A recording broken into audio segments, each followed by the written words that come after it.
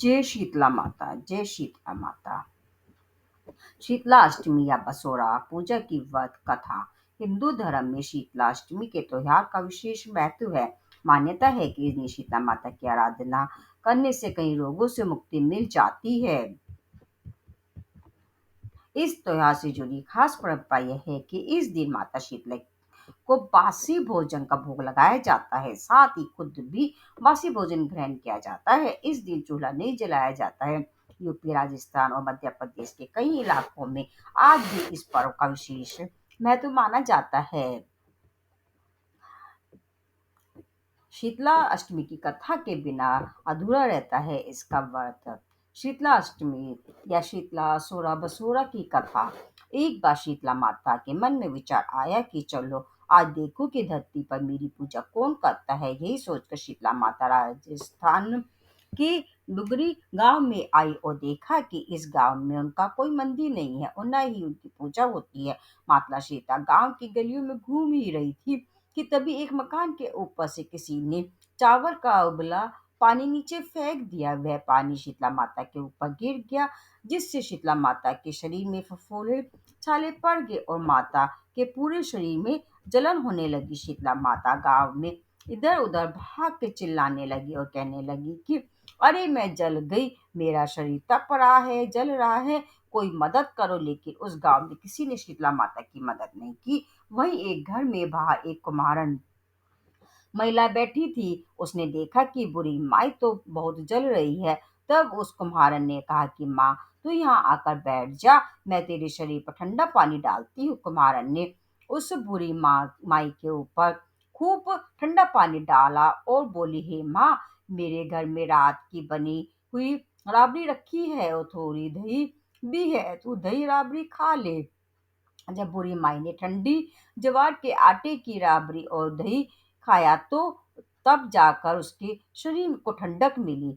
तब उस कुम्हार ने कहा, आ माँ, बैठ जा, तेरे सिर के बाल बहुत बिखरे हुए हैं, मैं तेरी चोटी गूंद देती हूँ। और ऐसा कहते हुए कुम्हारन माई बुढ़िया की चोटी गूंदने के लिए बालों में कंघी करती रही। अचानक कुम्हारन ने देखा कि बुरी माई की एक आंख बालों के अंदर छिपी है।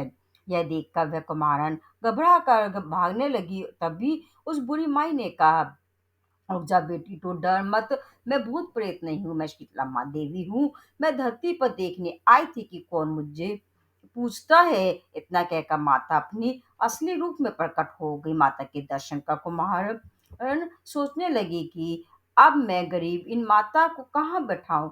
तब उस कुम्हारन ने हाथ जोड़कर आंसू बहाते हुए कहा, हे माँ, मेरे घर में तो चारों तरफ दरिद्रता बिखरी हुई है। मुझे समझ नहीं आ रहा है कि मैं आपको कहाँ बिठाऊं। मेरे घर में ना तो चौकी है और ना बैठने का आसन है। तब शीतला माता प्रसन्न होकर कुम्हारन के घर पर खड़े हुए गधे पर बैठ गई और एक हाथ में झाड़ू तो वहीं दूसरे हाथ में डलिया लेकर उस कुम्हारन के घर की दरिद्रता को झाड़ कर डलिया में भर कर बाहर फेंक दिया और उस कुम्हारन से कहा, ए बेटी, मैं तेरी सच्ची भक्ति से प्रसन्न हूँ, अब तुझे जो चाहिए मुझसे मांग ले।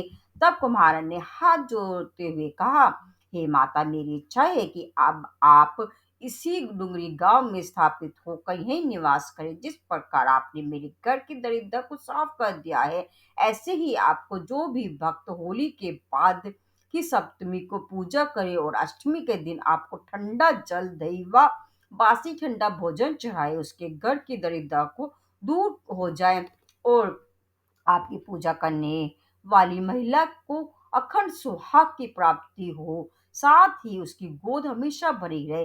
साथ ही जो पुरुष शीतलाष्टमी को नाई के यहाँ बाल ना कटवाए, धोबी को अपने कपड़े धुलने ना दे और आप पर ठंडा जल चढ़ाकर नारियल फूल चढ़ाए, साथ ही में परिवार सहित ठंडा बासी भोजन करे, उसके काम धंधे में कोई भी कभी भी परेशानी ना आए।